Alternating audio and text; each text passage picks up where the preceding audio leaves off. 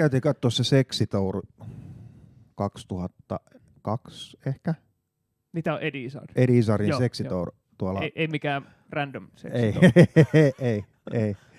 Niin silloin se oli niinku varmaan niinku eniten tullut niinku, silloin oli Mini, Hame ja Tekorinnat lavalla. Joo. Silloin se oli niinku eniten. Joo. Ja se oli 2002 muistaakseni. Joo. Miten se meni? Se keikka. Niin. Mä oon nähnyt sen 3 kertaa, se oli kyllä huonoin. Ajaa. Mut se oli Naiset ei vaan hauskaa. Fuck off. Joo. Mä en nauranut sille, vaan sille kuinka tyhmä sä oot. Joo.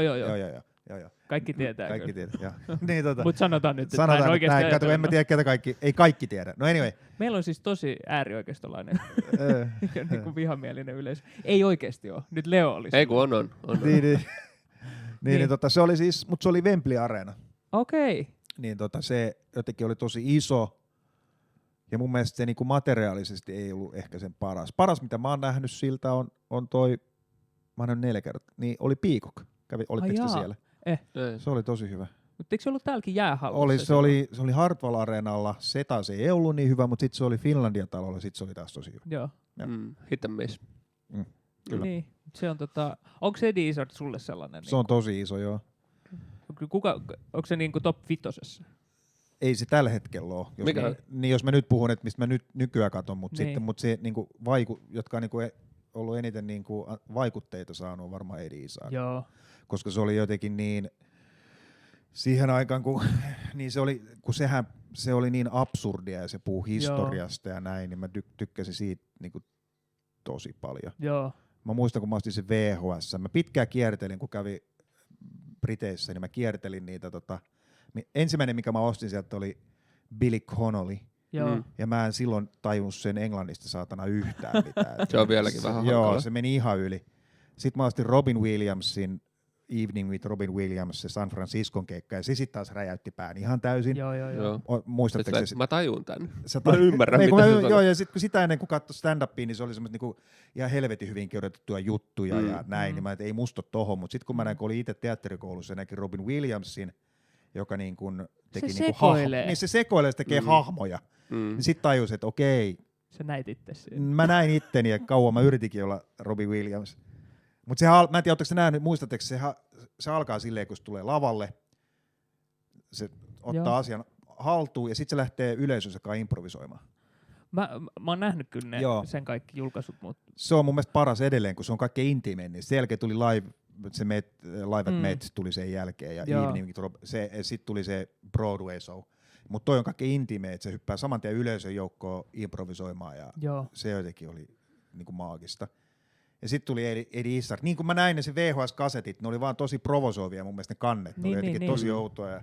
Mä en tiedä, onko toi mun juttu, mutta sitten kun mä näin sen, niin se oli unrepeatable. Joo. Ja mä ostin sen vielä sen kannen mukaan, kun se oli vähiten provosoiva. Mutta se alkoi niinku, samaten kun se tulee lavalle, se tulee, so West End, so it would be like a Shakespeare. When 3 women come in, when shall we 3 meet again? How about Tuesday? Okay. Niin se oli saman tien, tietenkin se absurdia. Se lähti saman tien ja sitten se meni niin koiria kissoihin ja muihin kissoihin, jotka poraa. Mä olin aika nopea. I was hooked. Mä muistan, se oli mulle kanssa tosi tärkeä, se Dress to Kill. Vitsi, se on hyvä. Se oli niinku sellainen, että wow. Mut sit se no flag, no country. Joo. No. Cake or death. Niin, brittiläiset menee tonne, eurooppalaiset menee Amerikaan. Finally the country without no human existent. There's nobody here, excuse me. Nobody. Se on ihan sika hyvä kyllä. Sitten oikeastaan Eddie Izzardin mä tajusin, mä löysin sen ennen Monty Pythonia. Ja mikä on tietysti, ja sitten kun nyt on päässyt Monty Pythoniin, niin sitten on niinku silleen, että ja palannut Eddie Izzardin, mä silleen, että tää on, no niin, joo, mä näen all makes sense. Mutta mä löysin Monty Python, se oli mun ensimmäinen komediallinen herääminen, oli Monty Python, kun tuli Filmnetti, ja sitten siellä oli noi Holy Grailit ja kaikki nää. Ja sitten tavallaan Eddie Izzard oli just jatkumoa siihen. Mutta nehän on puhunut, että Eddie Izzard on niinku ylimääräinen Monty Python. Mutta kyllä, Holy Grail oli sellainen, että silloin kun mä näin, kun se on se kohta, kun Lancelot juoksee sieltä metsästä niin kuin monta kertaa. Että se on vaan sillä sama. Sitten ne vartijat on silleen. Syö omena. Kattoo. Ja sitten yhtäkkiä se tulee sieltä. Se onkin, yhtäkkiä se on lähellä. Niin se oli sellainen, että mä meinasin siis kuolla. Mä meinasin siis kuolla oikeasti. Mutta sitä niin kaveripiirin kanssa niin kyllä siteerattiin ja niiden kavereiden kanssa edelleen siteerataan just Monty Pythonia. Mutta se on niinku varmaan niinku mun niinku teatteriohjaajuran niinku tähtihetki, että pääsi ohjaamaan Spamelotin, joka on siis musikaaliversio Holy Grailista. No. Ja se oli ihan saamarin kivaa. Suomalaisittain? Mitä? Vai englanniksi vai suomeksi? Suomeksi mä ohjasin sen. Se on ainoastaan tehty kerran Suomeen. Se oli toi Seinäjoen kesäteatteri. Niin, Törnävää. Niin siellä pääsi tekemään. Siinä on just ne kaikki keskustelut, että minkälainen pääskynen. Pitää olla afrikkalainen pääskynen. Ja siinä on just, siinä on just tää None shall pass, mikä toi on toi Musta ritari. Ja sitten siinä on nää we are no longer knight who say we are knight who say eki patang. You have to find a shrubbery. Mikä se on sit suomeksi? On niin. Mikä? Mikä oli suomeksi niin? Niin. Ritaritukko sanoo niin. Niin, okei. Mutta miten sä käänsit sen? En mä kääntänyt. Kuka käänsi sen? Mikko Koivusalo. Miten se käänsi sen shrubberyn? Pusikko. Oliko se pusikko vaan? Mä en muista tarkkaan. Mutta. Koska eikö se ole myös niinku joku sellainen niinku istutus? Niinku tavallaan niin, shrubbery. Niin, joo, shrubbery. Istutelma. Puskaistutus. Niin. Joo. Se on aika hyvä suomennos itse asiassa. Tämä on Vihula ja Viikin podcast. Tervetuloa mukaan. Mä oon Pietari Vihula. Mä olen Viikin Holmström. Ja meillä on vieraana täällä stand-up-koomikko, teatteriohjaaja extraordinaire Mika Ertovaara. No jos, miten sä itse esittelisit? Toi on ihan hyvä. Toi on ihan Sanoitteko te ittenne stand-up-koomikoiksi? Ehkä keskenään, ei muuta. Mulla oli tosi pitkä oli silleen, että mä en uskaltanut sanoa, että mä oon stand-up-koomikko. Mä sanoin, että mä teen komiikkaa. Joo. Koska mun mielestä, jos joku niin stand-up-koomikko on joku tyyliin Robin Williams, joka on niin kuin luonut sen oman tyylinsä ja kaiken, se on stand-up-koomikko. Mä aina, että mä teen komiikkaa. Niin, mitä sä sanot? Mä sanon, että mä oon stand-up-koomikko. Mä oon luonut mun oman tyylin ja mä oon mennyt mä sanoisin myös, että sä oot stand-up-koomikko. Niin, Pietari saat... Not so much. Mä kyllä sanon siis... Kyllä mä nykyään sanon. Niin. Sua. Joo. Niin. Musta tuntuu, että siis sen jälkeen, kun alkoi niinku tekemään työkseen käsikirjoittamista, niin sellaiset tuntemattomille niinku sen sanominen, että on niinku, että mitä tekee. Niinku voi sanoa sen, että mä käsikirjoittajan, mä kirjoitan TV:seen jotain juttuja. Niin se tuntuu paljon easymältä kuin se, että sanoisi, että on stand-up-koomikko. Koska se kuka ei pyydä sua kirjoittaa tarinaa siinä hetkessä. Niin, okei, voit sä kirjoittaa siis TV-sarjan? Se on melkein sama, kun sä teet, hei kerro joku juttu. Joo. Stand-up-koomikosta tulee... Ei, kerro vaan. Niin jos sanoit, että sä oot stand-up-koomikko, niin siinä on heti se oletus, että sä oot hauska. Niin. Niin kuin lavan ulkopuolellakin. Niin, eikö tuu vähän sen? Joo. Mutta kumpi on loukkaavampaa tai kumpi häiritsee enemmän, jos joku tietää, että sä oot stand-up-koomikko. Sä tapaa sut ekan kerran ja sit sä sanoo, että sä et ole yhtään sellainen kuin mä oletin. Niin onko se silleen, että sä et ole yhtään sellainen kuin mä oletin, että sä et ole ärsyttävä vitsiniekka, vai onko se, että sä et ole niin hauska? Mä en tiedä. Onko sulla tullut tota? En mä tiedä, ehkä niinku... On ehkä joskus, jotenkin silleen, että sä oot vähän niinku erilainen. Sä oot ihan ok. Joo, tai silleen joo. Sitten tietysti mitä vittua se tarkoittaa. Niin. Sitten pitää vaan ottaa itse taukoa. Ai sä oot data-analyytikko. Sä oot tosi erilainen kuin mitä mä oon.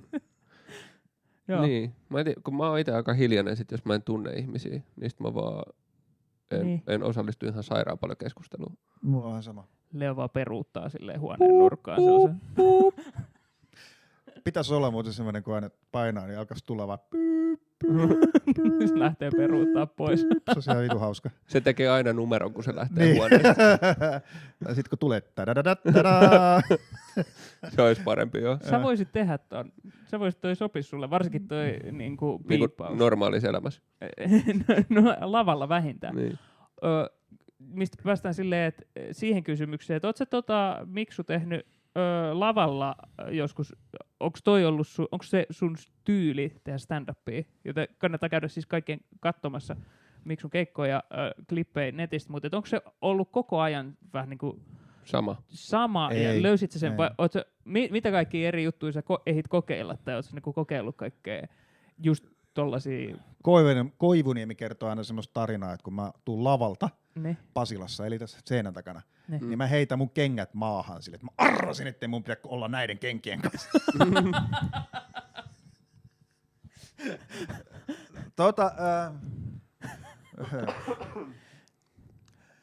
Mitä tyyliin tulee, niin mä nykyään vähemmän määrittelen sitä omaa tyyliä, kun mitä enemmän se johtuu, on se, että mikä olo on siinä minä päivänä. Niin. Et joinain päivinä mulla on semmoinen, että mä haluan vaan istua ja kertoa pidempiä tarinoita ja joskus antaa vaan mennä ja heilua. Mutta alussahan mä olin niin mä luulin, että varmaan se oli enemmän niin kuin sitä, että peitti omaa epävarmuuttaan, niin mä olin aika energinen ja aggressiivinen.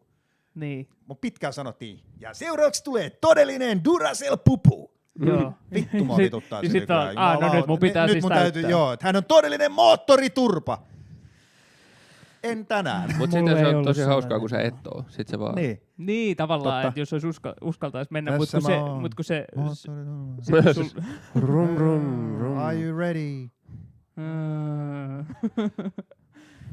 Väliin tulee semmoinen olo, että haluaa vaan istua ja puhua, tiedätkö Mark Maromaisesti tälleen elämän totuuksia ja näin. Ja. Tosta huomaa muuten, että sä oot niinku näytellyt, koska siis heti kun sä otit ton asennon, niin se oli niinku se oli nyt se istuu. Äsken se ei vielä istunut. Nyt tää on istumisact-out. Niin. Mutta toi on kyllä Maron istunut. Joo. Sitten se pieni hätä siinä äänessä on silleen, what the fuck is going on? Are we fucked? Joo. Are we fucked? Ketkä on sun top-koomikot tällä hetkellä? Mitä sä tykkäät kuunnella?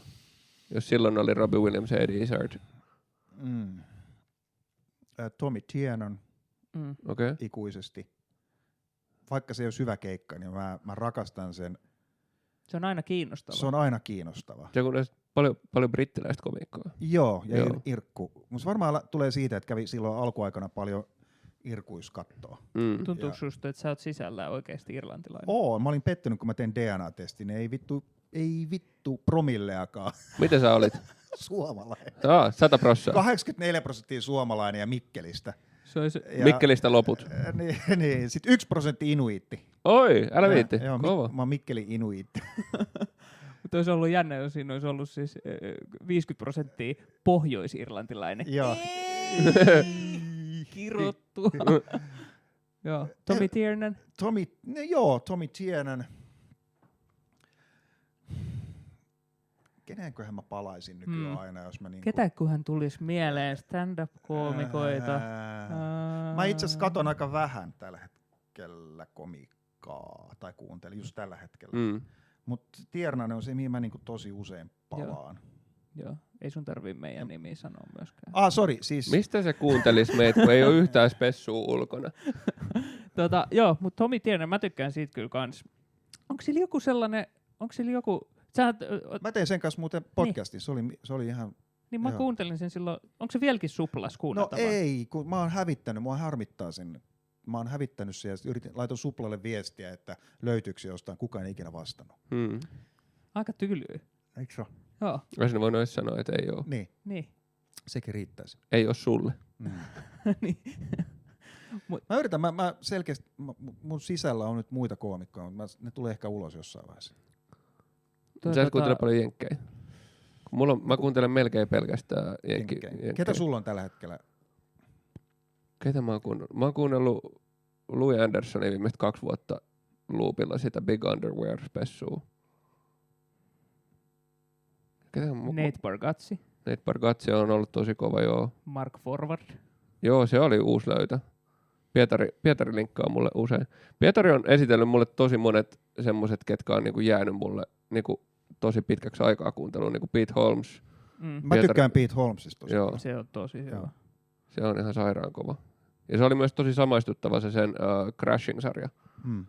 Mites Biglian?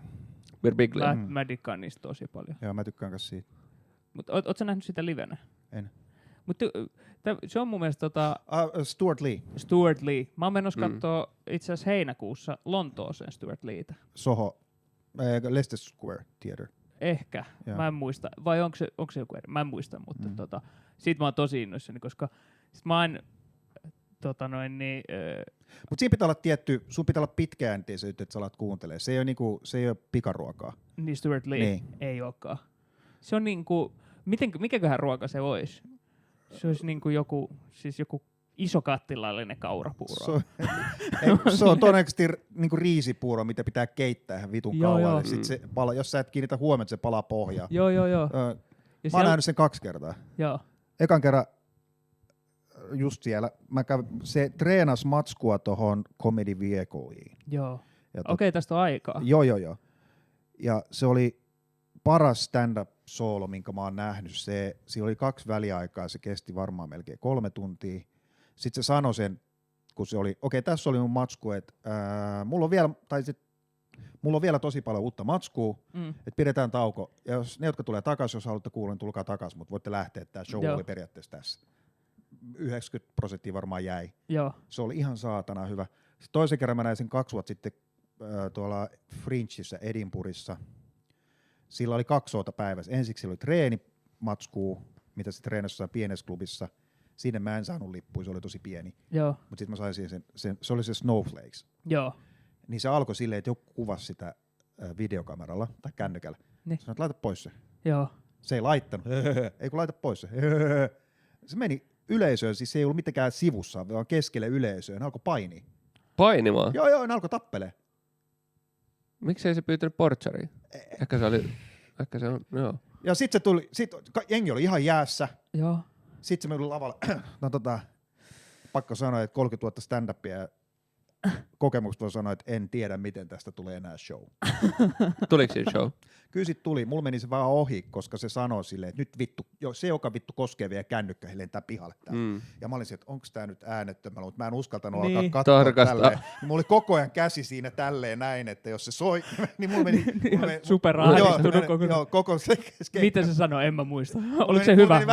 Vähän ohi meni. Mutta siinä on se pitkä rutiini siitä Ricky Gervaisista, että sanoo sanomat tälleen. Joo, se oli se show. Joo. Se on kyllä, ootan innolla, mutta toi jännä, mutta siis joo, en mä tiedä. Mun pitäisi enemmän noihin jenkkeihin, kun niinku, siellä on niin paljon varmaan, mistä tykkäisin, mutta jotenkin tällä hetkellä mulla on se vaihe, ettei jostain syystä kato kauheasti. Oletko sä oppinut tässä vuosien varrelle, niin kuin mikä sun luovat, niin kuin, miten syklisesti sun luovat vaiheet vaikka niin kuin menee? Tai koska musta tuntuu, että pikkuhiljaa mullakin alkaa muodostua sellaisia niin kuin kaavoja, että okei, nyt on tää vaihe, kun ei tule taas niin kuin mitään.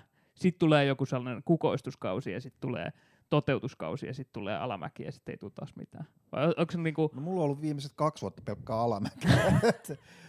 Vaikeat on siis kevät ja kesä. Niin. Sitten syksyllä on muista hyvä aika tehdä uutta. On ladannut akut kesällä. Niin. Vaikuttaako se niinku kaamos suhun? Joo. Vaikuttaa sitten. Tämähän on silleen jännä, että mä oon tässä nyt tuun puhumaan stand-upista ja muusta. Myös mietin, kun mä tuun tänne näin ja sanoin Ilarillekin Johanssonille, että mä nyt menen sinne kaveri, joka tällä hetkellä vihaa ihmisiä ja komiikkaa. Mutta pakko sanoa siis sulle siis, että mä siis olin 5 vuotta sairaslomalla, että vuosi sitten mä tein 2 sooloa liian nopeasti. Eli mulla oli Elossa ja sitten oli tuo ihminen, niin mulle tuli vuosi sitten uupumus tosi paha ja mä en ole vieläkään siitä selvinnyt, niin mä menen oikeasti aika säästöliekillä tällä hetkellä. Niin mä oon myös höyryillä tällä hetkellä. Onko säkin höyryillä? Mun olisi pitänyt varmaan olla tässä vieläkin sairaslomalla. Joo. Yhden taudin takia, joka ei ole siis tarttuva, mutta mä oon vitun väsynyt. Okei. Mä oon elämäni kunnossa. En tiedä, miltä mutta hyvä, että mä otin tää, eikö siis, siis se on se, sen takia mä mietin, että mikä on se, mä en tiedä mikä sut on väsyttänyt, mutta mulla oli se, että mä tein liian nopeasti ihminen. Mä kuukaudessa kirjoitin sen ja samalla mä yritin tehdä sitä showta, sit mä yritin mainostaa somessa, samalla mä leikkasin ja editoin. Kun some tuli peliin, niin mä oon väsähtänyt sen jälkeen. Se on ihan perseestä. Se on ihan, siis se, että sä meet keikalle ja sit sä kuvaat sen ja katot kaiken tän ja sitten sä leikkaat niin se väsytti mut ihan niinku ihan totaalisesti. Kuinka pitkä ihminen on niinku alusta loppuun? 190 senttiä varmaan. Se on aika pitkä ihminen, mutta kuinka pitkä tää sun show oli? Väliajan kanssa kuin tunti 40, tunti 45. Ja sä kirjoitit sen kuukaudessa. Oliko sulla semmoinen selkeä, kun mä en ole nähnyt tätä, mä oikein tiedä, että onko siinä niinku semmoinen selkeä kaari? Vai... Se muuttuu. Mä en osaa myöskään pitää sitä niin kuin, se oli vähän work in process koko se setti. Kun sä kirjoitat vitsi, kirjoitat sä yleensä silleen koko jutun auki, vai onko se silleen avainsanoja, mistä sä tiedät, mihin mennä sit, kun sä pääset lavalle?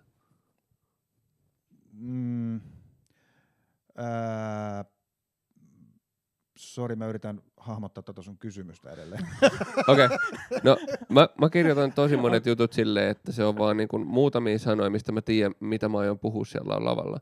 Ja ranskalaisia viivoja ja apusanoja. Ja sit välillä mä kirjoitan kanssa aika paljon lyhyitä juttuja, niin sit mä kirjoitan vaan Pietarille WhatsAppissa ekana. Ja sit mä copy-pastaan ne sieltä notebookseihin. Joo. Niin mä mietin, miten ihminen... Miten se... Aihe kerrallaan mä aloin kirjoittaa sitten aiheita, ja sitten mä jossain vaiheessa järjestin ne. Mä tein jonkinnäköisen niinku rungon siihen. Joo. Mitä kaikkeen tuli. Mä joka päivä kirjoitin, mitä kaikkea voi tulla.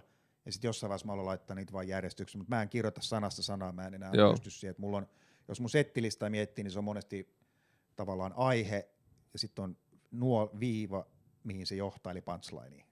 Tavallaan siihen havaintoon.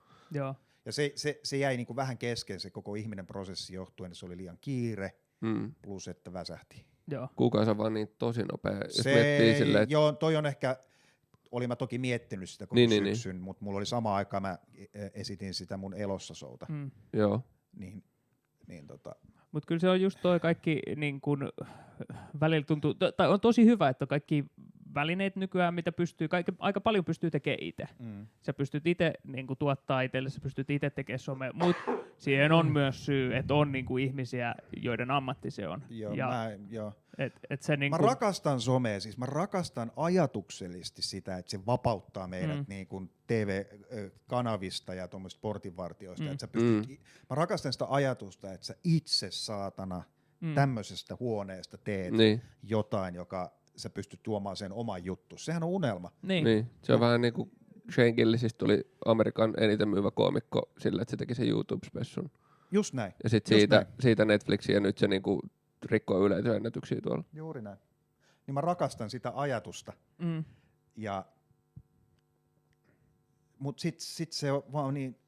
Sulla pitäisi olla työntekijä siihen. Niin just näin. Mäkin olen saatana 52 ihan vitun väsynyt.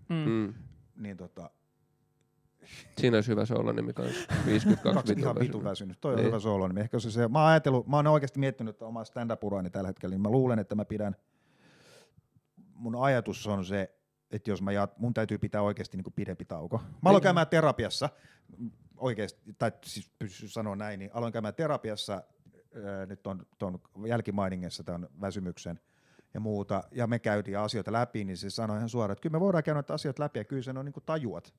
Mutta mä sanon suoraan, että sun pitäisi pitää puoli vuotta tai vuosi lomaa stand-upista. Minkä ikäisen sä aloitit komiikan? Stand-upin? Niin. 98. Minkä ikäinen sä oot ollut 98? Mä oon ollut 7. Milloin mä oon 25. Jos Leo on ollut 7, niin mä oon ollut... Mä olin 25. 25, joo, okei. Mutta onhan se niinku, oot sä pitänyt pidempiä taukoja? Kerran mä pidin vuoden, kun mulla oli niin paljon teatteriohjauksia. Se on kuitenkin yli puolet sun elämästä tässä vaiheessa. Sä oot niinku tehnyt enemmän sitä kuin mitä sä oot ollut elossa. Tai mitä sä et oo tehnyt. Ja se on aika iso identiteettikriisi, että onko se keski-iän kriisi vai mikä vaan, että yhtäkkiä sä oot silleen, että mä en halukkaan tätä, että mitäs mä, niinku, mitä mä teen. Koska kumminkin halusi uudistaa omaa komikkaansa, että niinku, halusi olla rehellinen niinku lavalla ja halusi olla niinku näin. Niin mulla oli tietysti viime lauantai niin paska keikka, että mä olin silleen, että onks mä unohtanut kokonaan, onks mä vaan luullut, että mä osaan tehdä. Onko sulla koskaan semmoista? On. Joo. On. Mulla se oli viime lauantai. Mä söin niin paljon paskaa. Missä se oli? Vittu tuossa seinän takana. Pasilassa. Se oli mun eka 20 ja se oli niinku... Oliko se aulassa vai siellä salissa? Aulassa. Mulla ei ikinä siellä salissa mennyt huonosti. Se on hyvä se sali. Joo. Mä kerroin mun eka vitsi ja mulla on vähän semmoinen tyyli, että jos ne ei osta mun ekaa vitsiä, ne luultavasti ei osta loppuja. Kivas, jos eka vitsi ei uppoa, niin on vaan tyhjää, niin sitten vittu, että tästä tulee pitkä 20 minuuttia. Teidän olisi kannattanut nauraa. Tää tulee olemaan teille aika kauhean. Mä sain siellä hetkiä ja sitten mä koitin mennä crowdworkiin ja sitten sekä ei oikein lähtenyt, koska mä oon huomannut, että jos ei ne vitsit lähde, niin sitten se crowdwork yleensä lähtee. Mut sillä, Minkälainen tunnelma siellä oli ennen kuin sä menit siihen? ihan hyvä.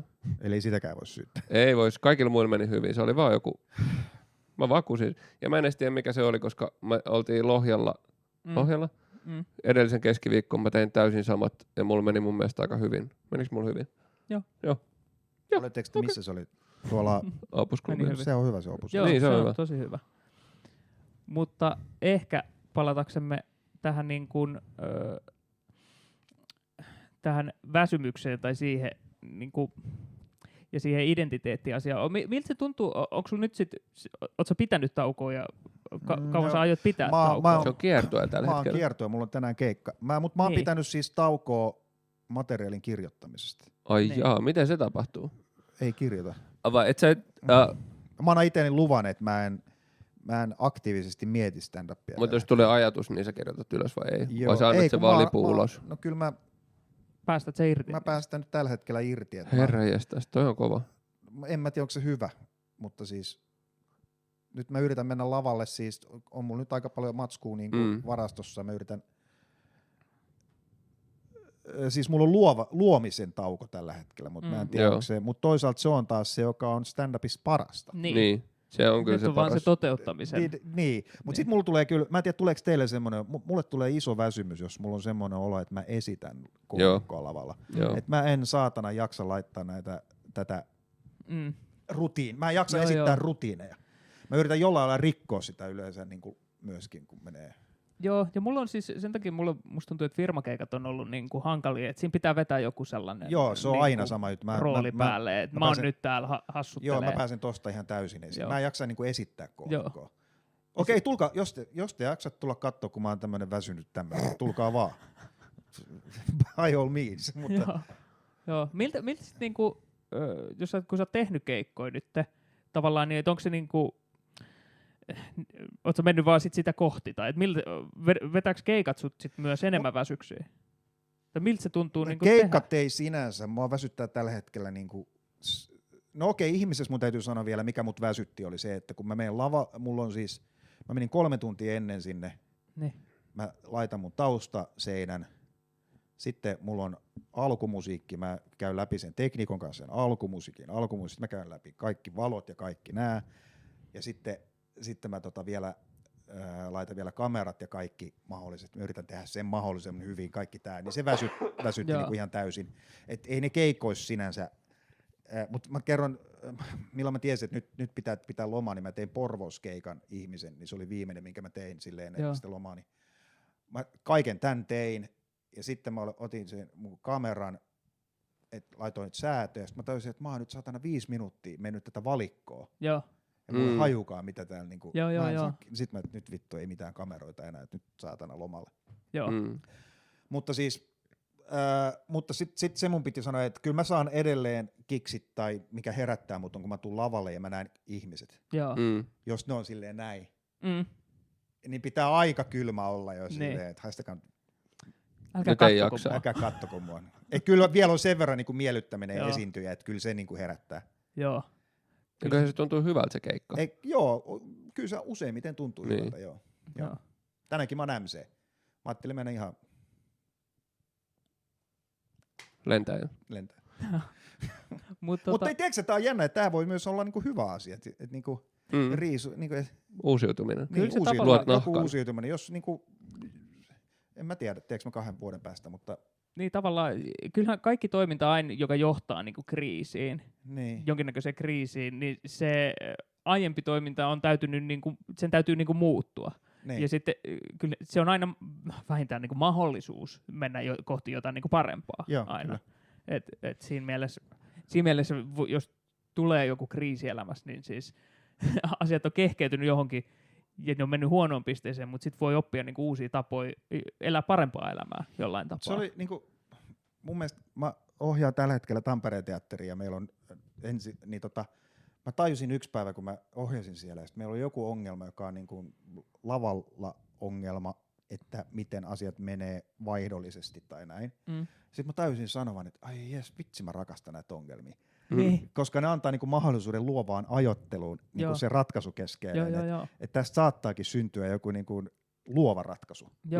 Eikä, jos ei ota sitä sille ongelmaan, että miten niinku vaan, että okei, tää täytyy tehdä tälleen. Joo, ja just toi, että niinku, et miten me saadaan tää niinku hoidettua ja silleen, että ei tarvii niinku antaa periksi jostain. Just näin, niinku silleen, että okei, no sit vaan tätä asiaa ei ottaisi. Joo. Mitä niinku, miten sä sanoisit, ehkä toi ohjaaminen myös kiinnostaa silleen, että miten sä sanoisit, että on ohjaamisessa niinku tärkeintä, tai niinku teatteriohjaamisessa nimenomaan? Saada paras irti niistä tekstistä ja näyttelijöistä, mitä mahdollista. Onko se niinku tavallaan, kuin iso osa on sitä jotain niinku näkemystä, siis, ja kuin iso osa on esimerkiksi vaan niinku, ehkä niinku ihmissuhdetaitoja tai niinku niinku kommunikaatiotaitoja? Se riippuu hirveästi ohjaajasta. Niin jos se on tosi ohjaajalähtöinen se juttu, suuri taiteilija, oma näkemys, niin silloin se on eri asia. Mut kyllä mun mielestä ohjaamisessa niin kuin ihmissuhdetaidot ja työn johtaminen on niin kuin tosi iso. Kun sä oot ohjaajana teatterissa, onko sulla usein huivi kaulan ympärillä, vaikka sä oot sisätiloissa? Kyllä mä pidän aina huivi. Joo, mä oon miettinyt, että se vähän kuuluu siihen. Niin kuin lentokapteenilla on se hattu. Niin. Joo. Kyllä. Se antaa silleen vähän enemmän kuin se. Ajattele nyt, kun sä meet, jos sä menisit, kun senhän takia niillä on ne uniformit, se tuo niinku, siis en puhu ohjaajista, vaan niinku lentokapteenista. Nyt huppari ja koripalloshortsit. Tiedätkö, se menee siihen se menee sitä putkea sisään. Kyllä mä aina katson, että minkä näköiset siellä on tänään. Onko siinä silitetty paita vai ei? Onko siinä silitetty? Aina kun niillä olisi semmoiset tämmöiset näin. Ei saatana. Bermuda-shortsit ja havajipaita. Onko toi Matti Paala? Jumala. Mutta jos Matti Paalasella olisi siis lentokapteeni asussa, sitten silleen, no ilmeisesti se osaa lentää. En mä tiennyt, että se osaa. En mä tiennyt, että se osaa lentää. Mä olen yhden, serkku on lentokapteeni, mä olen yhden, se otti mut mukaan Singaporeen, niin se oli täynnä se kone, niin mä olin siellä ohjaamossa koko sen 12 tuntia. Onko siellä sellainen taitettava, niin kun, taitettava istuin? Oli siis, mä olin siinä on niinku se kolmas, niin mä olin siinä. 12 tuntia siinä pikkupenkillä. Ainakin joku meni sit ohi. Mutta se oli ihan mielenkiintoista. No varmaan. Huvittavit siinä oli se, että se, mistä mä olin eniten niinku otettu oli se, kun suuri osa niiden työstä, että ne kuuntelee niinku lennonjohtoa, mistä menee. Sitten sieltä kuuluu, mä en saa mitään hajua, niin sitten toi oli meille. Joo. Sitten se oli ihan, sitten sanon varsinkin, silloin mentiin vielä Venäjän yli, niin oli tosi vaikea niin saada selvää. Toi on siis mä on Intis olin veneenkuljettaja ja sit siinä kanssa liittyy paljon se radion käyttö. Sitten kun on vähän sellaista niinku puhelin ahdistusta, että pelottaa niinku soittaa. Niin. Se niinku kamalin tilanne, että tulee joku, että joku kutsuu sua siellä radiolla, että nyt tarvitaan niinku jotain hätäapua jossain öljyntorjunnassa. Pois päältä. Ahdistaako sua puhelinsoitot? Joo, vähän se. Mä ymmärrän tuon. Okay. Ajattelin, kun sä olisit saanut ensimmäisenä Titanicin häty. Ei. Titanic, mayday. Sorry, helikopterissa olen. Mä menen just tunneliin. Mut joo, toi on jännä kyllä toihan siis eihän tollaista varmaan voi, milloin oliko toi ennen siis? Pre-9/11. Oliko toi ennen syyskuiskuja? Jälkeen. Sen jälkeen? Heti jälkeen. Miten se on onko se vaan silleen, että koska se on lentokapteeni, niin se on silleen, että tää nyt tulee tänne? Niin kai. Niin. Saako hän nyt potkut? Ei kai. Mutta sulla on niin paljon serkkuja. Hän ei itse asiassa ollut silloin kapteeni, hän oli perämies. Okei. Okay. Tää herättää vaan enemmän kysymyksiä, miten perämiehellä oli oikeus tehdä tää valinta. Sulla oli skede-kauppa, skede-merkki. Kuka on designat tämän Day Offin? Muista hänen nimensä, mutta 78 vuonna niin toi sun Fajan brändi. Tää on mun Fajan brändi, Suomen eka skeittikauppa, 78 perustettu Katajanokalle. Kova. Ja Sano vaan. Mä olin Järvenpään Prismas jollain toi paita päällä. Se teki mut niin iloiseksi. Oi vitsi, miten makeeta. Se on kans yksi semmoinen, mä oon iloinen, että mä tein sen, mutta mä otin siitä ihan saatanasti takkia. Osa mun väsymyksestä johtuu varmaan siitä. Luulet sä, että se johtuu siitä, että sulla oli miniramppi sun kaupassa sen sijaan, että Kävikö siellä olisi siellä? ollut... Joo, mä ostin yhden paidan sieltä. Joo. Mä ostin Volcomin joku semmoisen aika basic paidan. Niin sen sijaan, että olisi ollut iso ramppi. Eikö se ole helvetin hieno kauppa? Se oli ihan sairaan makea kauppa. Sulla oli laiskimman näköiset työntekijät, mitä mä oon ikinä nähnyt. Se oli ihan kauheeta. Mä en oo ikinä nähnyt niin, Se oli ihan... niin löysää Anteeksi väkeä. vaan, mutta siis työntekijän löytäminen on ihan helvetin vaikeeta. Oliko ne kaikki skeittareita? No oli, sehän siis oli se saatana ongelma. Joo. Yleensä skeidekaupoissa on lähinnä skeittareita Niin, no. myymässä, mutta sä olit löytänyt löysimmät. En saatana tiedä, mutta miten niinku, se oli ihan... mä oon vieläkin, siis aukeaa vatsahaavat tällä hetkellä. Se oli... Se on tavallaan silleen, että sinne tulee väkeä, mutta niille on rahaa ostaa sit kamoja, mutta ne tulee sinne sen rampin takia. No se oli se ajatus. Joo. Ja sehän siinä oli, se piti maksaa 50 senttiä saatana se ramppi jotenkin. Paljon se maksaa? Eikö paljon se maksoi Niin. ramppi? Niin. Eikö mä tarkoitan, Ai, että se käyttäminen että jos maksaa- sä tuut sinne et osta mitään, niin maksa 50 senttiä tai euro. Sehän on aika hyvä diili. Mutta ei kukaan maksanut sitä. Niin. Ei saatana skaterit maksanut edes sitä. Sulla oli liian löysät työntekijät. No niin oli! Siellä olisi pitänyt olla Jakke Björklund saatana Niin. kauppiaana. Niin kuin nimenomaan, että niiden työntekijöiden ei olisi pitänyt olla skeittareita. No ei oiskaan. Ne olisi ollut jotain, siis en mä tiedä, jotain... Ja mä jotenkin ajattelin, että löytyy joku työntekijä, niin mun ei tarvitse ottaa kauheasti osaa, mutta ei. Mutta sitten ne ei kyllä osaa myydä sulle rullalautaa. No se on totta myös sekin. Arvatkaa, koko oli paras työntekijä, Saani. Oli vai? Se oli korona, että joskus se oli mulla töissä siellä vähän aikaa. Se oli paras. Nois. Se oli, Ihan varmaan. Ne on varmaan aika tiukkeissa. se oli tiukki. Hei, 50 senttiä tai sä ette yhtään fiftaria tossa. Mutta joo, no sanotaanko näin, että ei ollut helppoa löytää hyviä työntekijöitä. Joo. Onko sitten tavallaan niinku skeittaaminen ollut kans silleen niinku sulle silleen tärkeä juttu? Koska No Leohan on se oli skeitan siis kanssa. silloin lapsena, kun tuli se eka buumi 70-luvulla. Mm. Mutta työnnettiin, muistan, ekat kisat oli. Ne ei ollut vielä SM-kisat, koska ne ei saanut, niin mut työnnettiin sinne Niinkö? vispaamaan tälleen. Joo. Kova. Mä muistan sen ja Flatlandia. just näin. Ja mut sitten se buumi meni ohi ja isäkin kuoli 82. Mut sitten uudestaan 80-luvulla, kun tuli se toinen buumi, kun tuli Paluu tulevaisuuteen, niin sitten mä aloin uudestaan skeittaa, joo. Joo. Mutta sitten mä lopetin siinä niin kuin mä lähdin, milloinkohan mä, joskus 93. Sitten mulla oli pitkä aika, että mä en niin kuin skeitannut. Mut tämähän on siis, se oli hauska, tää, joka tän on suunnitellut, niin mulle tuli, no se täytyy kertoa vielä, että mistä mä sain tämän logon sit nyt, niin mä otin silloin, mulla on niinku vanhoja kuvia sit Katajanokalta. Sitten siellä oli tämmönen jenkkискeittari, ja mä muistan, että se oli niinku joku maailmanmestari, freestyle maailmanmestari. Ja se on hauska, mä tiedän milloin Suomeen on tullut ensimmäinen pro, koska se lukee isän kalenterissa. Hae Ed Nadalin Vikingin terminaalilta 930. Ai niin, okei. Joo, niin sitten mä muistin, että mä aloin katsoa niitä maailmanmestaruustuloksia, vertaile kuvia, ja sitten mä sain, että tää on saman näköinen. Sitten mä löysin sen Facebookista, sitten mä laitoin sille, ennen kuin mä perustin Day Offin. Joo. Mä laitoin sille viestin, se vastasi saman tien, ja sitten se oli silleen, että joo, sun isä vei meidät Hyvinkäälle, tai eihän sanonut Hyvinkäälle, vaan sen äidin luokse syömään, ja näin, ja näin, ja näin. Niin se lähetti mulle 5 alkuperäistä tarraa, Day Offin tarraa. Joo. 70-luvulta, niin ja sitten semmoisen kangasmerkin. Ai se oli säästänyt ne? No se oli säästänyt ne, niin siitä mä sain tämän logon uudestaan sitten. Tosi makeet. Vitsi miten siistiä. Joo, Ed Nadalin. Joo. Omistat sä vielä sen niin kuin, tavallaan brändin vai onko se niin kuin... Joo. Myydäänkö näitä vielä? Vuosi sitten mä laitoin nettisivut pois, mutta mulla on varasto. Mutta siinä on vaan, että ne koot alkaa olla vähän vähissä. Onko sulla XXL? Mä luulen. Okei.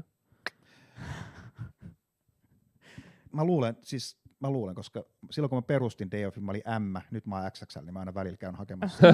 Uusia paitoja. Mitenköhän mun mielenterveys menee, kun mä oon koko ajan siirtynyt? Joo, tää kertoo, mä lähdin tänne. Sitten mun rakas puolisoni soittaa, kun mä olin tuossa puolesvälissä, että täällä parkkipaikalla on muovipussi, missä on mustat farkut ja teepaita. Joo, ne on mun keikka-asu. Tänään mennään lavalle näin. No, mutta on tyylikäs. Joo, Mä oon myös hävittänyt mulla on siis ulkoiset kovalevyt. Mulla on varmaan, missä on kaikki mun 3 vuoden keikat. joo. Mä oon hävittänyt sen saatana boksiin johon. Eikä. Onko sulla muuten Apple vai Android? Apple. Sun kannattaa hankkia niitä AirTageja. Laitat niitä, koska niiden avulla sä laitat siihen... Löydät sun omasta talosta sit sen laatikon. Niin. Mä en tiedä, toimiiko se niin hyvin, että sä löydät niinku talon sisältä. Kyllä, niin, en tiedä. Mä luulen, että se on silleen, että jos joku pöllii, niin sit sä voit etsiä sen niinku oikean kaupunginosan ja osoitteen. Ehkä. Mun pitää laittaa itse. Pitää nielasta semmonen. Löydän itseni. Löydän itseni. Missä mä oon? Missä mä oon. Mä oon mun Mä, sisällä. oikeasti, mä en tiedä, johtuuko se uupumuksesta ja burnoutista. Mä oon ihan sekaisin. Mä tunnistan ton. Mä hävitän koko ajan niin kuin kaikkea. Nyt mun muistikortit, niin ne lähetettiin nyt mulle Vaasan hotellista. Ei, missä mä olin? Lahden hotellista. Joo. Vaan niin kuin Sokoshotellilla siis niin kuin Eertovaara-budjetti rupeaa.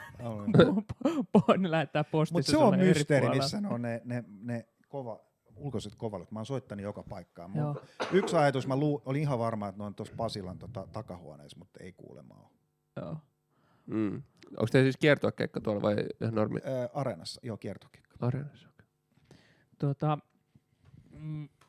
mitä mä olin sanomassa ennen kuin sä keskeytit? Se on aina tätä. Se ei ole löytänyt veitteensä, se ei ole nielassut niitä AirTageja, niin sit se ulkoistaa vihaa jonnekin. Pietari on semmoinen, että sä näytät edelleen 15-vuotiaalta. Niin. Mutta se on, tiedätkö, kun on sairasta, kun katsoo jotain 12 vuotta vanhoja kuvia. Niin sä näytät 12-vuotiaalta. Niin, mä näytän niinku, musta tuntuu, että mä edelleen näytän aika nuorelta, mutta sit niinku kun vertaa, että okei, on tossa on tullut niinku 10 vuotta lisää, mutta mä edelleen näytän siis 15-vuotiaalta. Että se on härö. Se on muuten jännä tuossa ikääntymisessä, kun itsekin on 52, niin kyllä kun mä näen kuvia, niin mä aina, että ei saatana, mä näytän sen ikäiseltä. Mutta sisältä ei ole kyllä semmoinen olo. Minkä ikäinen sulla on sisällä fiilis? Mä oon jämähtänyt johonkin. No mä oon ehkä 4-5 tällä hetkellä. Se tulee koko ajan vähän takaa. Okay. 40, joo. Mikä sulla on? Mä oon vielä aika 20 jotain. Joo, mulla on ehkä 23. Musta tuntuu 27 mä oon. No, sä teet kuolemaa tänä vuonna. Sä luotat siihen legenda. Joo. Tiedätkö, meillä oli molemmilla, kun me ylitettiin se 27 raivaltiin, että en olisi uskonut. Koska meillä meni aika lujaa. Me ollaan niin rockistaroja. Mitä vittu, kun mä edelleen yritän palata siihen. Tää on myös mun ongelma, mun pitäisi päästä niinku irti asioista. Silleen, että jos mä jään jumittaa johonkin, että mulla oli joku ajatus, niin sit mä jään siihen. Toi on myös yksi ehkä silleen itellä huomaa niinku siitä, että on tehnyt liian paljon duunia tai mennyt liian kovaa. Niinku just, että alkaa jäämään niinku jumittaa enemmän ja enemmän, että ajatukset karkailee. Ja sit sä oot silleen, että niinku, mitä mä äsken ajattelin, ei pysy niinku päässä. Ja tunnistan ton nimenomaan ton valikon pyörittämisen jossain kamerassa. Mulla on jotenkin, mullahan on siis toi, kansantauti, ihan virallinen diagnoosi ADDstä. Joo. Mun on tosi vaikea niin kun keskittyä yhteen, mun ajatukset niin kun vaan lähtee johonkin suuntaan. Oletko huomannut, että siis pitääkö sun puhelimen käyttöä esimerkiksi just sen takia niin kun kontrolloida? Tai onko se pahentanut sitä, että sä oot niin älypuhelimella? Varmasti on. Se on mun mielestä sairasta, että niinku ei melkein pysty siis tekemään tätä duunia ilman siis älypuhelin nykyään. Tai ylipäätään mitään töitä. Että sun täytyy olla niin kuin, ne kaikki työkalut on niin kuin tuossa puhelimessa. Mä jotenkin haluaisin palata niin kuin ajasta taaksepäin. Silloin kun piti mennä kirjastoon hakemaan informaatiota. Niin. Mä oon miettinyt itse asiassa paljon, että mikäköhän on se aika, milloin ihminen olisi ollut onnellisimmillaan noin niin kuin lähtökohtaisesti. 90-luvun loppu. Se voi olla. Niin. Koska on periaatteessa on niin kuin kaikki on niin kuin olemassa, mutta sitten on häiriötekijöitä vielä liikaa. Niin. Oli pesukone ja kuivausrumpu ja TV. Oli pleikkari, oli DVD. Jotka olisi jo ihan tarpeeksi hyviä pelejä silloin. Pelaatko paljon pelejä? En enää. Mä tykkäisin uppoutua johonkin kunnon. Mun parhaat kokemukset, mä muistan kun pelasin Tomb Raiderit ne ensimmäiset läpi ja sitten Resident Evil 2, vitsi se oli hyvä. Joo, se on kyllä, no vaikka välillä tuntuu siltä, että joskus mäkin saatan unohtua jonkun pelin pariin ja sitten niinku, mä muistan yhden kesän mä pelasin siis Xboxia ja sitten mä olin silleen, että ulkona oli superhyvä sää, mutta mä olin jotenkin niin loppuun jostain, niin sitten mä vietin sen koko kesän pelasin, sitten mä olin silleen, tuli syksy, sitten mä olin silleen, Tää meni kyllä aika hukkaan. Mut välillä kun sä pelaat jonkun, kun ne on kuitenkin sit taideteoksia nykyään.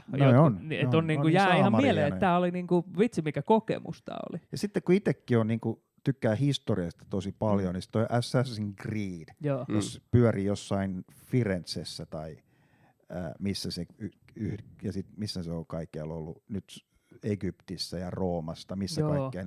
On se aika makeeta se ajatus, että voi niinku pyöriä keskiajan Firenzessä. Niin, jep. Ootko pelannut sen Red Dead Redemption 2? En, sitä kehutakaan. Se on ihan superhyvä. Se on edelleen ihan superhyvä. Tyttärenne pelaa tällä hetkellä no okei, se pelaa. Mä en ymmärrä, kertokaa mulle siis oikeesti Minecraft. Mä en saatana taju sivusta kun katsoo, niin saatana semmosia palikoita. Sitten tulee semmoinen, pelit on mennyt eteenpäin. Mitä sä teet? Tuolta tuli lammas. Ei se edes näytä! Jos mulla olisi annettu tää peli silloin, kun mä olin lapsi, mä olisin sanonut, että mä en koske tähän paskaan. Oikeesti, näettekö se, mikä näköisiä pelit on nykyään?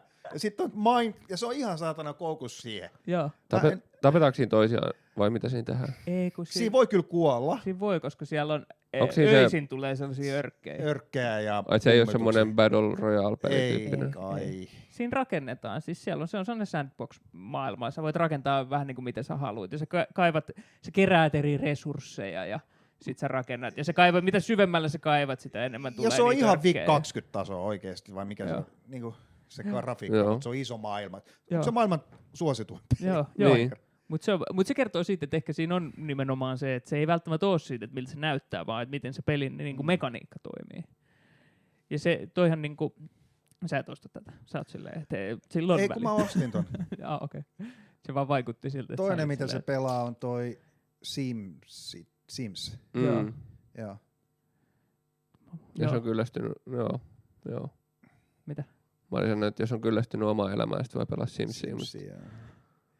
Mutta mä muistan, niinku, kuinka paljon se oppii siitä niinku, noita elämän, niinku, miten reagoidaan asiaan. Kuinka paljon se vertaa, niinku, että Simsistä menisi näin. Että se rupeaa puhua Sims-kieltä.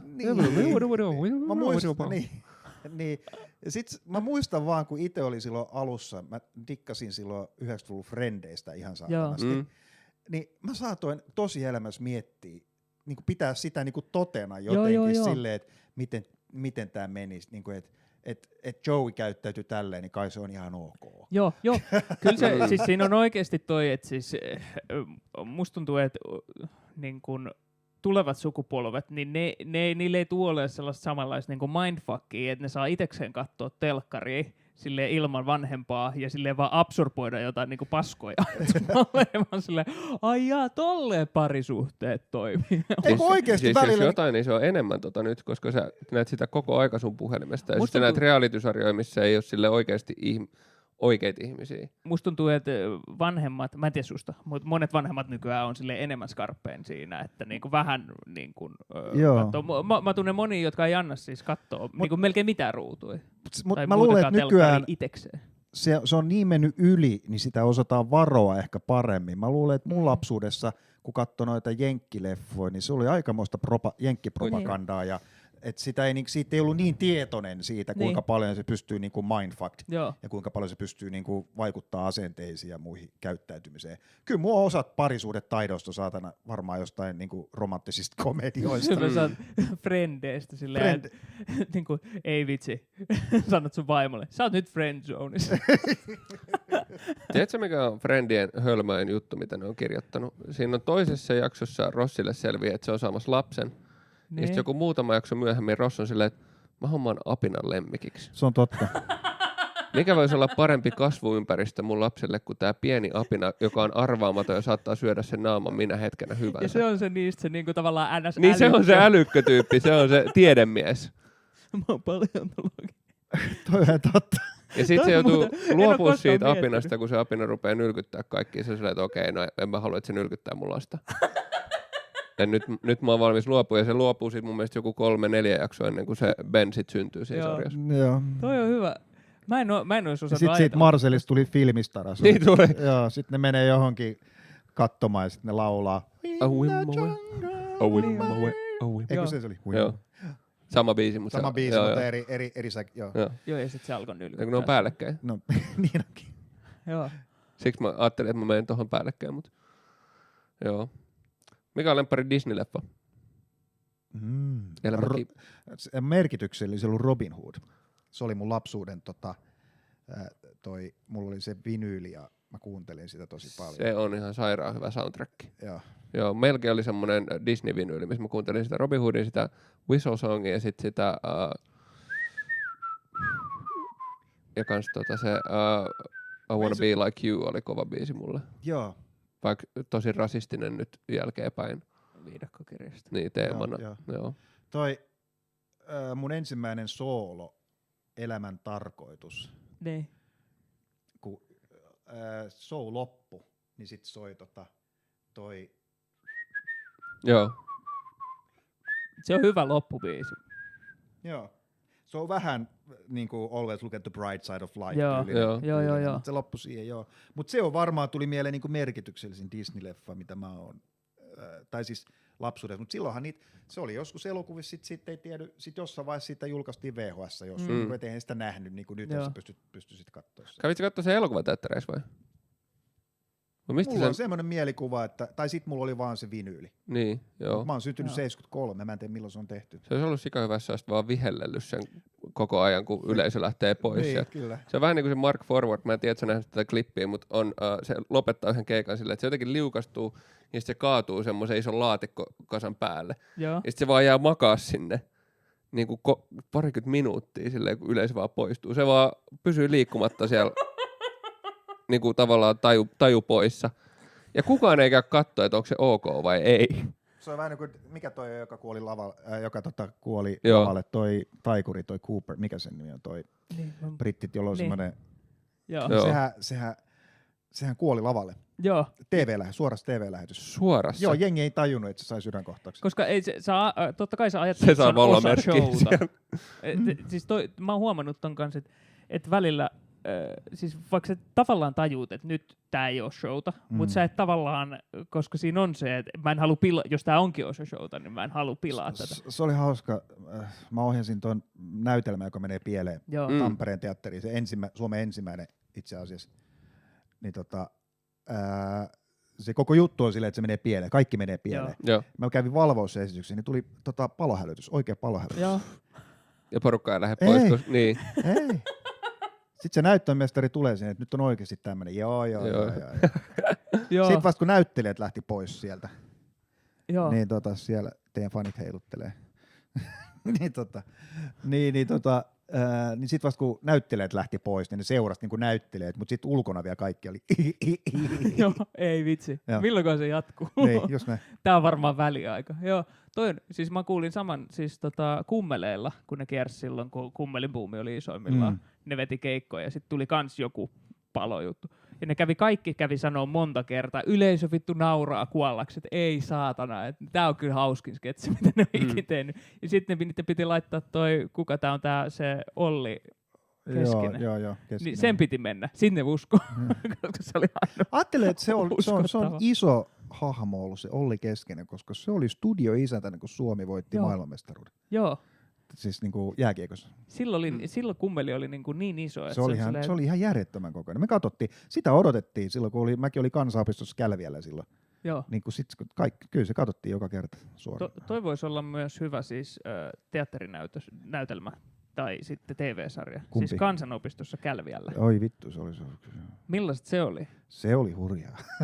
Se on syy, miksi mä oon täällä alalla, oli se, että mä en tiennyt lukion jälkeen, mitä mä teen, niin sitten kaverille ollut siellä ja sanoi, että lähde Kälviälle. Kälviälle, se on sisäoppilaitos, missä on 150 tyttöjä ja 20 poikaa. Sitten mä kysyin, mitä se voi opiskella? Mitä väliä? Väliä? Kela nyt tilastoidy. Niin. Mä oon tilastotieteilijä nykyään. Niin. Olisi tosi outoa, jos yksikään niistä ei tykkää susta. Niin oli. Sä oot silleen, tää on vitun outoa. Luvut eivät tunnu täsmäällä. Silloin joku 7 kaveri. Joo, Kälviä. Joo. Mitä te teitte siellä sitten? Oliko teatteri? Se oli teatteri. Taina Mäki iso opetti. Joo. Wojciech tehtiin ensimmäisenä. Joo. Mitkä jos sun pitäisi, mitkä on niinku sellaisia teatteriteoksia, joissa sä oot itse päässyt olemaan mukaan tai oot tehnyt, ehkä Spamalot on hyvä esimerkki, mutta niinku muita sellaisia, mitkä on tehnyt niinku ison vaikutuksen, että vitsi, tämän takia teatteri on niinku parasta. No näytelmä, joka menee pieleen, oli Joo. semmoinen. Joo.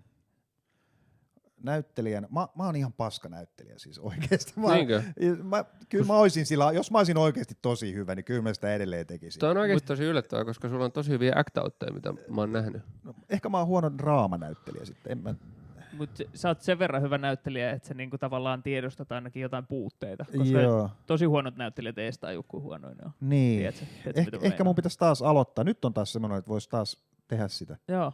Ehkä on kypsynyt silleen, että ei ole semmoista järjetöntä niin kuin näyttämisen halua, mikä ei ole aina kauhean hyvä teatterilavalla. Kun pitäisi olla jotenkin silleen, ehkä silleen jotenkin auki ja niin kuin jotenkin silleen, eikä puristaa siis mailaa. Niin. Ehkä. Mä en tiedä. Mä oon viimeksi näytellyt ensi-illasta on nyt 14 vuotta, 13 vuotta. No, miten sä näyttelit? Se oli semmoinen kuin Kalsarimiehet. Okei. Anna mä arvaan, että teillä on kalsarit jalassa. Meillä oli pitkät kalsarit ja teepaidat. Pitkät kalsarit. Mä olisin nimennyt sen pitkät kalsarimiehet. Siinä oli itse asiassa Rudi Rock, mikä on hauskaa, kun tänään ollaan Rudin kanssa keikalla. Siinä oli Rudi Rock, Tom Petä ja minä, ja se oli mun ja Saariluma Jaskan kirjoittama ja Jaskan ohjaus. Siinä oli se ajatus, että mies saa, se oli semmoinen, että meillä oli yksi matkalaukku ja 3 tuolia. Joo. Ja ajatus oli, että mun hahmo Mika Joo. saa isänpäiväkortin Turusta. Joo. Sitten lähtee roadtripille, ne lähtee Turkuun etsiä sitä poikaa. Joo. Ja sit ajatus siinä on se, että Rudi, joka on äänitaiteilija, niin kaikki hahmot, ei kun siis äänet, siis Rudi ei puhu mitään, ainoa mitä se tekee, niin se niinku, ääni. Kaikki, jos me ollaan katsoa vaikka steppinumero lopussa, kun mä laulan ton Bojangle, niin se tekee näin. Ja sit kun ollaan junassa, niin improvisoitteko te siinä yhtään? Koska siis se olisi niinku, että kato, tuolla siis menee tollanen siis jäänmurtaja menee.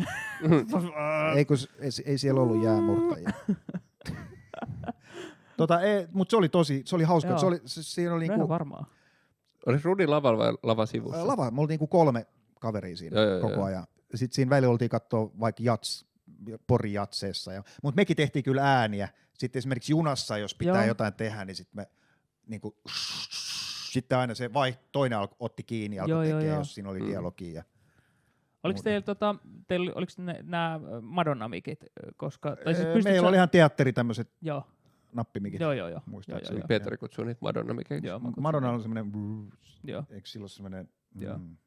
Kun mä mietin sitä, tai niinku tavallaan varmaan Rudillakin se, että aika paljon siis sit, jos teet niinku ääniä, niin voi olla se, että saat sä koko sen alan niinku silleen.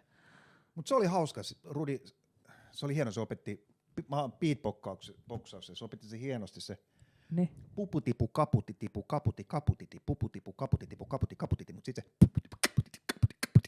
Joo. En mä enempää osaa. Niin, ton verran, toi riittää. Enempää ei tarvi. Osaat sä beatboxaa?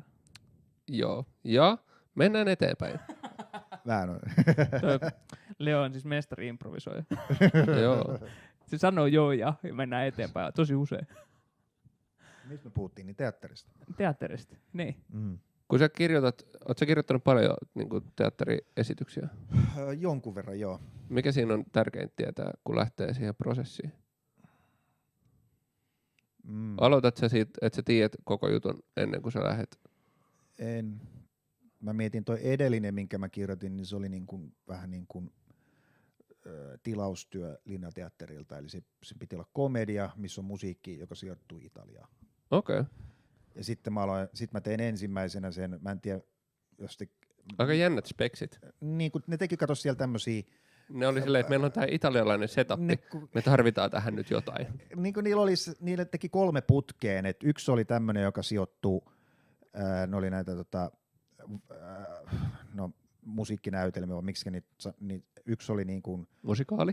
Ei, eikä varieteja, vaan siis revy, kiitos. Joo. Ne teki niin kuin, yksi oli niin kuin, oliko se nimellään Ranska-revy, missä oli niin kuin Ranskaan sijoittunut, ja yksi piti olla Venäjä, mutta sitten tuli Ukrainan sota, niin sitten se siirtyi johonkin toiseen. Ja sitten seuraavaksi ne halusivat tehdä Italiaan liittyen. Niin sitten mä kirjoitin semmoisen kuin Lomasolmun. Joo. Niin mä tein sen silleen, että mä aloin tekemään niinku ihan juoni niinku kohtaus. Mä aloin niinku, ennen kuin mä edes kirjoitin dialogia, mun mielestä näytelmässä, että sä kirjoitat sen, niinku sen juonen kautta niin on paljon, kyllä ne dialogit tulee sieltä ja ne vitsit tulee, mutta siinä on se juoni, kun se oli niinku farssi, niin siinä oli tosi tärkeää, että miten mikäkin kohtaus menee mihinkin. Joo. Väärinkäsitykset ja kaikki tämmöiset. Joo. Mutta se oli siis ihan tilaustyö. Se menee tällä hetkellä itse asiassa Salon Provinssiteatterissa. En ole vielä nähnyt. Mutta se oli ensimmäinen juttu, minkä mä kirjoitin, mutta mä en itse ohjannut. Miltä se tuntuu? Ihan hirveältä. Antaa vaan käsistä ohjat. Ojensit se silleen, ette sössi tätä. Et vittu mokaa. Ehkä mun silmät sanotaan. niin. Mutta kun sitten mä tiedän, kun se monesti, jos mä olisin itse ohjannut, niin mä olisin muokannut sitä sen jälkeen. Niin tajus vaan, että kuinka valmiiksi ne täytyy kirjoittaa, kun ne antaa toisen käsiin. Plus sinne kannattaa laittaa aika paljon näyttämöohjeita ja niin kuin, että miten haluaa. Koska ei ne pysty lukea ajatuksia. Pari kohtaista oli mun mielestä tehty silleen, että miksi se noin se? Että siinä olisi pitänyt kirjoittaa näyttämöohjeet paremmin. Kyllä se itsekin kun jotain kirjoittaa, sit joku ulkopuolinen instanssi lukee, sitten on silleen, että tässä on vähän outo juttu tää. Siis me haluttaisiin ehkä tää pedofilia vitsi poistaa. Sitten mä olin silleen, mikä? No tässä kun on tää. Sitten mä otetaan se. Sitten mä kirjoitan vaan sen lauseen eri tavalla. Tämä oli muuten tosi hyvä muutos. Nyt siellä ollut mitään pedofiliaa. Ei siellä ollut mitään pedofiliaa. Se oli niiden pään sisällä. Toi on häröä kyllä. Mutta nyt kun on kirjoittanut, pääsin kirjoittamaan ton Pat Proftin kanssa, mistä me ollaan puhuttu. Joo. Se on siis ihminen, joka on kirjoittanut mies- ja alaston aseet, poliisiopistot ja Screamit ja Hotsotit. Okei. Niin sen kanssa kirjoitettiin. Nämä on kaikki samalta henkilöltä. Tai hän on ollut mukana noiden David Zucker ja näiden kanssa kirjoittamassa sitä. Okay. Mutta siis noi on siis poliisiopistot, se on kirjoittanut jonkun kanssa, mutta Hotsotit se taisi kirjoittaa itse. Joo. Niin ne osti yhden meidän idean 3 vuotta sitten ja me kirjoitettiin sen kanssa siis pilotti, jonka kohtalosta ei vielä tiedä, mutta pääsi kirjoittaa yhden 3,5 tunnin jakson tämän kanssa, Pat Proft, yli 70, niin siinä tajus, kuinka ammattilainen se on niin kuin komiikassa. Niin, varmaan pakko olla tuolla. Joo, se on ja sitten kun se jää palaa aina niin kuin hiomaan ja näin. Mutta sitten siinä oli joku repliikki, ja sitten siinä piti tulla sanoo näin. Eikö sanoi vihaisesti tyyliin niin kuin, näin. Niin me mietittiin tosi pitkään, että mikä se ohje on siihen.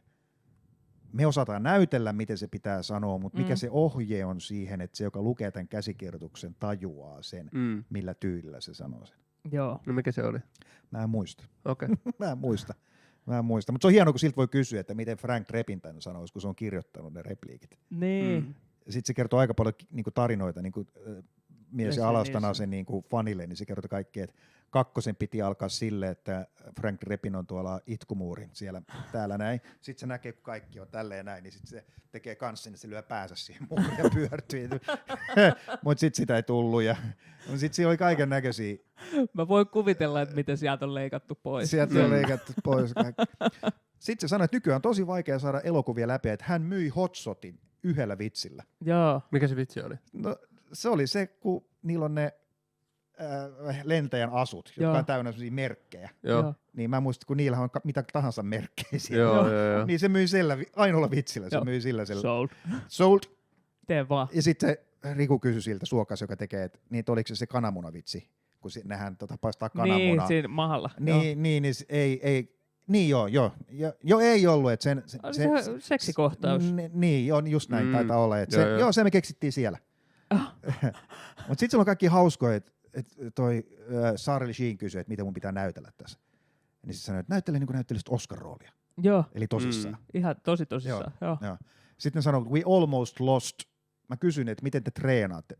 Zucker oli siinä kanssa, hirvi name droppiin. Niin David Zuckerilta mä kysyin, kun mä kiinnostaa, miten te treenaatte. No se, ei oikein, table reading. You mean table reading? Eli siellä ne ilmeisesti harjoittelee tosi paljon, että ne lukee vaan sitä niin kuin table rating. Niin, Sitten ne sanoi, että we almost lost, mä en muista sen näyttelijän nimeä, joka oli Frank Drebinin se poliisipäällikkö. Joo. We almost lost him because he couldn't stop laughing. Se vaan nauru. Se vaan nauroi. Ei pokka pitänyt. Ei pokka pitänyt, joo. Sitten se oli hyvä, kun se vielä alkoi silleen, no nyt kun sovittiin, tää oli niin absurdia, kun mulla oli tämmönen idea, että mies jo alaston ase goes Nordic Noir. Joo. Ja sitten siitä niin kun tuli tämmönen, loppujen lopuksi Riku soitti, että istutkaa alhaalla, että David Zucker, nämä on kiinnostuneita, että tänä illalla Teams. Joo. Niin mä oon vielä Kotkan teatterin vierasasunnossa, niin kun siellä odottaa sitä, että vittu kohta David Zuckerin kanssa palaveri. Näin, ja sit se oli vielä silleen, että sovittiin, että Riku pizzaa se, ja Riku alkaa kertoa tästä tarinasta. Niin sitten David Zucker, I hate it, I'm out of here. Sitten se tuli minuutin päästä, just kidding. Antoi minuutin odottaa kuitenkin. Ehkä vähemmän aikaa, mutta kuitenkin. Me haltiin, että tämähän meni hyvin, että oltiin näin lähellä. Mutta sitten se oli se, varmaan se esittää kaikille sen saman, toi Pat Protz oli just uuteen työhuoneeseen mennyt. Tänään siivosin työhön, että look what I got. Sitten se oli Jenkkifuris, missä oli O.J. Simpsonin nimmari. Sitten se alkoi lukea sieltä takata, I killed them, I just wanted to see them bleed. Joo, muka. Tästä olisi ollut hyötyä siinä oikeudenkäynnissä. Niin. Onko tämä siis se pilotti, tämä Nordic Noir? Oh. Okei. Tämä kuulostaa kyllä tosi hyvältä.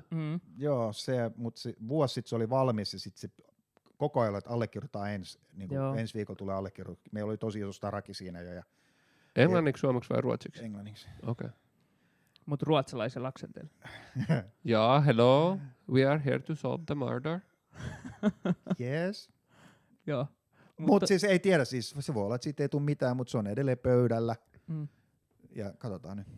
Mitä niinku, mua kiinnostaa vielä sen Pat Proftinkaan niinku siis tavallaan, että niinku vielä se kirjoittaminen. Että niinku, vedittekö te niinku, oliko se niinku nopea tekemään? Ihan niinku, saamarin nopea. Niin. Joo. Ja sitten tulee koko ajan ideoita. Koko ajan tulee ideoita ja sitten se hyppää mitä omituisimpia niinku niin kuin aina yhden pidemmällä. Mutta silloin on ihan hemmetin hyvä selkeästi niin kuin koominen mieli. Että miten jotkut asiat sanotaan hauskasti. Ja mä luulen, että hän on hyvin pitkälti luonut sen Frank Drebinin tyyli. En mä tiedä, mutta mä oletan, että siis ne replikit ainakin, mitä häneltä tuli. Ketkä on sun mielestä Suomen nopeimmat niin kuin komediamielet? Komediamielet, nopeimmat? Nopeimmat. Keneltä tulee niin kuin nopeasti vitsiä tilanteessa kuin tilanteessa? Lavan ulkona tai lavalla. Mä voin sanoa yhden. Siis Alihan on tosi nopea, mutta sitten kun sä lähet siitä tilanteesta pois ja sä ei vitsi, sitten rupeat miettimään, että mitä sä sanot. Sä silleen, eihän siinä ollut mitään hauskaa. Mutta sä saat uskoa sen, että se on hauskaa, kun se itse nauraa silleen. Yksi, joka kertoo koko ajan niin kuin Ketunhäinän kainalossa on Jaska Saarilla, mutta silloin niin kuin koko ajan. Joo. Silloin se jotenkin se vitsimuudi. Joo. On niin kuin koko ajan. I'm here all week. Se on se suosikki. Joo. Se kertoo, I'm all week, I'm here all week. Joo, ja silloin musta tuntuu, että se mitä mä oon sitä nähnyt, en kauheasti, mutta niin kuin, että sillä on sellainen pieni hymy, että kun tulee ja että niin kuin, että silleen, että sit heittää. Joo, en mä ole koskaan senkaan niin jutellut muuten kuin siis, että se on heittänyt jotain läppää. Joo. Mutta se on myös tapa pitää ihmiset etäällä. On. Onko sulla sellainen, että niinku, et myös niinku vitsailu pitää ihmisiä kauempana? Vai onko se vaan, että mä saatan ehkä yrittää lopettaa tilanteen vitsiin, että mä pääsen eroon siitä tilanteesta. Se on piste. Leave on high note. Niin, tämä keskustelu päättyy tähän. Joo. Mutta se on myös, koska tuossa on myös se, että sä niinku, samaan aikaan, sehän on sellainen push and pull, että huumorilla. Että niinku, et sä pidät ihmisiä vähän kaukan susta. Mutta sä myös luot yhteyden. Mä en ole ennen ajatellut mutta toihan on oikeasti noin. Niin. Mä en ymmärrä, miten sä pidät ihmisiä kaukana huumorilla. Sä et sano mitään, sä et kerro mitään niin kuin, aitoa. Sä et päästä itseäsi sä ohjaat sun huomioon, lähelle. Sä ohjaat huomioon sun oikeista tunteista, esimerkiksi siis ikävistä tunteista. Mutta kun sä sanot, että ei aitoa, niin eikö aitous ole yleensä se hauskin asia? No siis mä tarkoitan sitä, että jos kipeisiin aiheisiin, niin, ohjaat ne pois kipeistä. Okei, no joo. Jos sulla on vaikka niinku, sen sijaan, että sä oikeasti sanoisit, että niin mä heitän banaanikoreen ja mä liukastun siihen. Niin sä heität banaanikoreen ja liukastut. Mä oon miettinyt, onko koomikoilla voi olla myös se, mulla se on ollut selviytymiskeino, koska mulla oli ihan hirveä luokka-alasta. Tai joutui niinku käyttää silleen niinku, kamala, että mä sanoin sen nyt ääneen, mutta se oli kärpästen valtakunta, mikä Kärpästen herra, joo. Niin, teillä oli se sianpää siellä. Oli. Niin, niin onko se myös sitä, että monet koomikot yrittää kontrolloida huumorilla? Okei, ne pystyy sillä niin kuin, jos joku on tosi hauska, niin sua ei välttämättä kiusata. Joo. Mutta se on myös niin kuin, saatat tilaa haltuun. Niin, saatat tilan haltuun, mutta se on myös, että sä yrität myöskin kontrolloida, mille sussa naurataan. Joo. Jep. Siis, aika harva niin tekee Yo Mama-vitsejä Eminemille. Mä oon tehnyt 3 albumia siitä. Niin. Mutta joo, toi on jännä. Onko teidän silleen, oliko se Nummelan alasta? Onko se silleen, että jossain vuosikirjassa lukee, että Nummelan alasteen siis B-luokka, siis se oli allegoria siis eri ideologioille. Mistä tiedät, että me oltiin B-luokka? Sä näytät B-luokan pojalta. Me oltiin B. Joo. Nyt se on allegoria fasismille ja kommunismille ja demokratialle. Niin siellä lukee, niin mä oon kuullut. Huhu kertoo. Mä en tiedä, siis mulla varmaan liittyy tuohon niin ala-asteahan, mulle ei ollut mikään, ei mua kiusattu niin. Fyysisesti. Mä olin urheilin ja silleen vahva, mutta kyllä mä koen, että henkisesti oli ihan saatanan rankka. Niin, se on myös se, että, että jos on sellainen, koko ajan sellainen uhka, että jos mä mokaan, niin mä joudun silmätikuksi. Joo, vähän oli semmoinen. Mutta sitähän se on aina koulussa. Niin on, niin, ehkä.